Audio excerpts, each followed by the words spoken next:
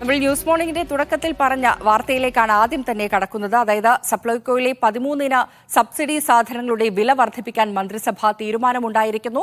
നേരത്തെ പൊതുജനങ്ങൾക്ക് കിട്ടിയിരുന്ന 55% സബ്സിഡിയിൽ മാറ്റം വരുത്തി. ഇനി സബ്സിഡി പരമാവധി 35% വരെ മാത്രമായിരിക്കും ലഭിക്കുക. അതേസമയം സപ്ലൈകോയിലെ അവശ്യ സാധനങ്ങളുടെ വില വർധനവ് നിയമസഭയിൽ പ്രതിപക്ഷം ഇന്ന് ഉന്നയിച്ചേക്കും. ഷിജോ കുര്യനാണ് തിരുവനന്തപുരത്ത് നിന്ന് വിവരങ്ങൾ നൽകാൻ ചേരുന്നത്. Shijo, good morning. നമ്മളിങ്ങനെ ഗുഡ് മോർണിംഗ് ഒക്കെ പറയുന്നുണ്ടെങ്കിലും ഈ വാർത്ത കേൾക്കുന്ന ഒരു സാധാരണക്കാരന്റെ നെഞ്ചിടിപ്പ് ഭയങ്കരമായിട്ട് കൂടുമെന്നുള്ള കാര്യം ഉറപ്പാണ്. ഷിജോ, ഇപ്പോൾ ഏതൊരു സാഹചര്യത്തിലാണ് സർക്കാർ ഈ ഒരു തീരുമാനത്തിലേക്ക് എത്തിയത്? എന്തായിരിക്കും ജനങ്ങളുടെ പ്രതികരണം?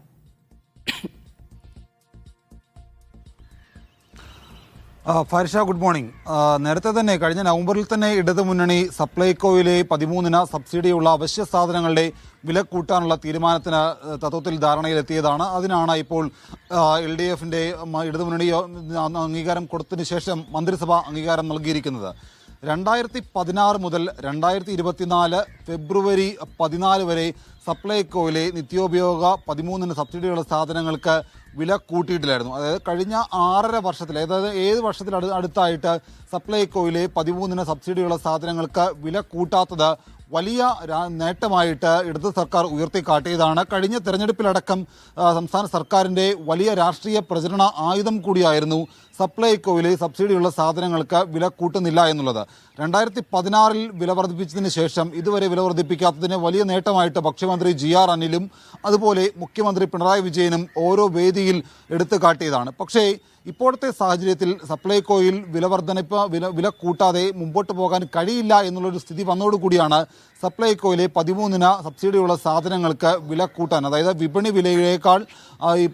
വിലയേക്കാൾ കുറച്ചാണ് നൽകുന്നതെന്ന് പറയുമ്പോഴും നമുക്കറിയാം നേരത്തെ സപ്ലൈകോയിൽ 55% മുതൽ 70% വരെ വിലക്കുറവിലാണ് സാധനങ്ങൾ നൽകിയിരുന്നത്. നമുക്കറിയാം പ്രത്യേകിച്ച് ഉഴുന്ന്, പരിപ്പ്, വൻപയർ, കടല, അരി, പഞ്ചസാര, വെളിച്ചെണ്ണ അടക്കം തുടങ്ങിയുള്ള 13 വത്തലമുളക് അടക്കമുള്ള സാധനങ്ങൾക്ക് വിപണി വിലയേക്കാൾ അതിൻ്റെ പകുതിയിലധികം വിലക്കുറവിലായിരുന്നു സപ്ലൈകോയിൽ നിന്ന് സാധനങ്ങൾ നൽകിയിരുന്നത്. അതായത് 55% മുതൽ 70% വരെ വിലക്കുറവിൽ നിലവിൽ സപ്ലൈകോയിൽ നിന്ന് വാങ്ങിയിരുന്ന സാധനങ്ങൾ ഇനി അത് 35% വിലക്കുറവിൽ മാത്രമേ വാങ്ങാൻ കഴിയൂ എന്നുള്ളൊരു സ്ഥിതിയാണ് നിലവിൽ വന്നിരിക്കുന്നത്. വിപണി വിലയേക്കാൾ 35% കുറവായിരിക്കും, അത് സാധാരണക്കാർക്ക് വലിയ ഭാരമായിരിക്കില്ല എന്നുള്ളൊരു വാദമാണ് സർക്കാരും ഭക്ഷ്യവകുപ്പും മുന്നോട്ട് വെക്കുന്നത്. പക്ഷേ ഇത്രയും കാലം 50 പകുതിയിലധികം വിലക്കുറവിൽ സാധനങ്ങൾ വാങ്ങിയിരുന്ന സ്ഥാനത്ത് നിന്നാണ് ഒരു ഡേ ടു ഡേ ബജറ്റിൽ കാര്യമായിട്ടുള്ള ഒരു സാധാരണക്കാരൻ്റെ കുടുംബത്തിൽ വലിയ മാറ്റമുണ്ടാകുന്നത്. ഇത് സാധാരണക്കാരൻ്റെ ദൈനംദിന ജീവിതത്തെ കാര്യമായി തന്നെ ബാധിക്കുമെന്നുള്ള കാര്യം യാതൊരു തർക്കവുമില്ലാത്തതാണ്. പക്ഷേ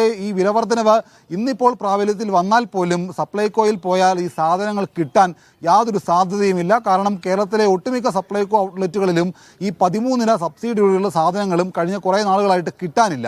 അതുകൊണ്ട് ഈ സബ്സിഡി ഉള്ള സാധനങ്ങൾക്ക് വില കൂട്ടിയെന്ന് പറഞ്ഞാലും കടയിലേക്ക്, അതായത് സപ്ലൈകോ ഔട്ട്ലെറ്റുകളിലേക്ക് ഈ സാധനങ്ങൾ എത്തിയാൽ മാത്രമേ ഇനി ഇത് ഇപ്പോൾ കൂട്ടിയ വിലക്കനുസരിച്ച് വിൽക്കാൻ കഴിയുകയുള്ളൂ. കാരണം ടെൻഡറിൽ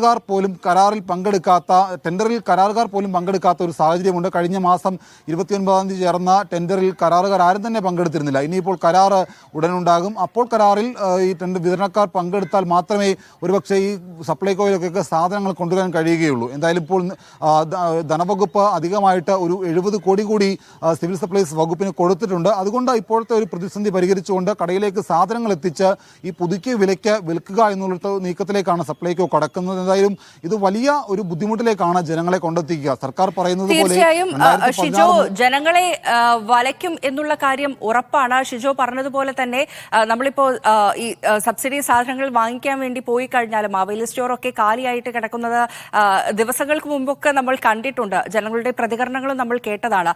ഇപ്പോൾ ഈ ഒരു തെരഞ്ഞെടുപ്പ് കൂടി വരികയാണ്. അപ്പോൾ പ്രതിപക്ഷത്തിന്റെ നീക്കം ഇനി എങ്ങനെയായിരിക്കും? പ്രതിപക്ഷം ഇതൊരു വലിയ പ്രശ്നമായിട്ട് ഉന്നയിക്കാനുള്ള സാഹചര്യമില്ലേ ഇന്നിപ്പോൾ നിയമസഭയിലൊക്കെ? തീർച്ചയായിട്ടും ഉറപ്പായിട്ടും നിയമസഭയിൽ അടക്കം പ്രതിപക്ഷം ഇതിനെ വലിയ രാഷ്ട്രീയ ആയുധമാക്കുമെന്നുള്ള കാര്യം തർക്കമില്ലാത്തതാണ്. നമുക്കറിയാം ഈ ബജറ്റ് അവതരണത്തിന് ശേഷം ധനമന്ത്രി കെ.എൻ. ബാലഗോപാൽ പറഞ്ഞൊരു കാര്യമുണ്ട്. ഇപ്പോൾ കേന്ദ്ര സർക്കാരിൽ നിന്ന് ആവശ്യം അല്ലെങ്കിൽ അർഹമായിട്ടുള്ള പണം കിട്ടിയില്ലെങ്കിൽ ഒരു പ്ലാൻ ബി പുറത്തെടുക്കും എന്നൊരു കാര്യം ധനമന്ത്രി കെ.എൻ. ബാലഗോപാൽ പറഞ്ഞതാണ്. ആ പ്ലാൻ ബി ജനങ്ങളെ കൊള്ളയടിക്കുന്നതാണ് എന്നുള്ള ഒരു ആക്ഷേപം പ്രതിപക്ഷത്തിന്റെ ഭാഗത്ത് നിന്ന് ഉയർന്നു വരുന്നുണ്ട്. ആ പ്ലാൻ ബിയുടെ തുടക്കമാണ് ഈ സപ്ലൈകോയിലെ വിലവർദ്ധനവ് എന്നുള്ള ഒരു ആക്ഷേപം പ്രതിപക്ഷത്തിന്റെ ഭാഗത്ത് നിന്ന് ഇപ്പോൾ തന്നെ ഉയർന്നു വന്നിട്ടുണ്ട്. ലോക്സഭാ തെരഞ്ഞെടുപ്പ് കൂടി അടുത്തിരിക്കുന്ന പശ്ചാത്തലത്തിൽ ഇത് വലിയ രാഷ്ട്രീയ പ്രചരണ ആയുധമാക്കും പ്രതിപക്ഷം എന്നുള്ള കാര്യം ഉറപ്പാണ്. കാരണം ഒരു തെരഞ്ഞെടുപ്പിൽ LDF തുടർഭരണത്തിലേക്ക് വരാൻ അല്ലെങ്കിൽ തുടർഭരണത്തിൽ തുടരാൻ LDF തുണച്ചത് ഏറ്റവും അധികം തുണച്ചത് സിവിൽ സപ്ലൈസ് വകുപ്പാണ്. അതിൽ സപ്ലൈകോയിലെ സാധനങ്ങളുടെ വില വർദ്ധിപ്പിക്കാത്തതായിരുന്നു, കിറ്റടക്കമുള്ള കാര്യങ്ങളായിരുന്നു. പക്ഷേ മറ്റൊരു തെരഞ്ഞെടുപ്പിനെ അഭിമുഖീകരിക്കുമ്പോൾ സപ്ലൈകോയിലെ സാധനങ്ങളുടെ വില കൂട്ടിയത് ഒരുപക്ഷെ ഇടത് സർക്കാരിന് തിരിച്ചടിയാകാനുള്ള ഒരു സാധ്യതയുണ്ട്. അത് പ്രതിപക്ഷം പൊതുസമൂഹത്തിൽ വലിയ പ്രചരണായുധമാക്കും. നിയമസഭയിലടക്കം ഇത് പ്രതിപക്ഷം ഉന്നയിക്കും. ഇന്നിപ്പോൾ നിയമസഭാ സമ്മേളനത്തിന്റെ അവസാന ദിവസമാണ്. ഇന്നിപ്പോൾ നിയമസഭാ സമ്മേളനം ചേർന്ന് അനിശ്ചിതകാലത്തേക്ക് പിരിയുകയും കൂടി ചെയ്യുകയാണ്. അപ്പോൾ വിവിധ വിഷയങ്ങൾ പ്രതിപക്ഷം ഇന്ന് നിയമസഭയിൽ ഉന്നയിക്കും. നമുക്കറിയാം നവകേരള സദസ്സിൽ യൂത്ത് കോൺഗ്രസ് പ്രവർത്തകരെ അടക്കം മർദ്ദിച്ച വിഷയം നിയമസഭയിൽ ഇന്ന് പ്രതിപക്ഷം കൊണ്ടുവരും. അതോടൊപ്പമായിരിക്കും ഈ സിവിൽ സപ്ലൈസ് വകുപ്പിലെ ഇപ്പോഴത്തെ ഈ തീരുമാനത്തിന് മന്ത്രിസഭ അംഗീകാരം നൽകിയത്. സബ്സിഡി സാധനങ്ങൾക്ക് വില കൂട്ടാനുള്ള തീരുമാനത്തിന് അംഗീകാരം നൽകിയത് പ്രതിപക്ഷം നിയമസഭയിൽ ഉന്നയിക്കുമ്പോൾ അത് വലിയ രാഷ്ട്രീയ പ്രചരണായുധമാക്കും. പ്രതിപക്ഷം അതിനെതിരെ ശക്തമായിട്ട് പ്രതിഷേധിക്കുകയും ചെയ്യും. അത് പൊതുസമൂഹത്തിലും വലിയ ചർച്ചയാകും. നിയമസഭയിൽ മാത്രമല്ല, സാധാരണക്കാരൻ്റെ ജീവിതത്തിലെ ഓരോ കാര്യത്തെയും ഇത് വലിയ തോതിൽ പ്രതികൂലമായി ബാധിക്കുമെന്നുള്ള കാര്യം ഉറപ്പാണ്. ഫാരിഷ.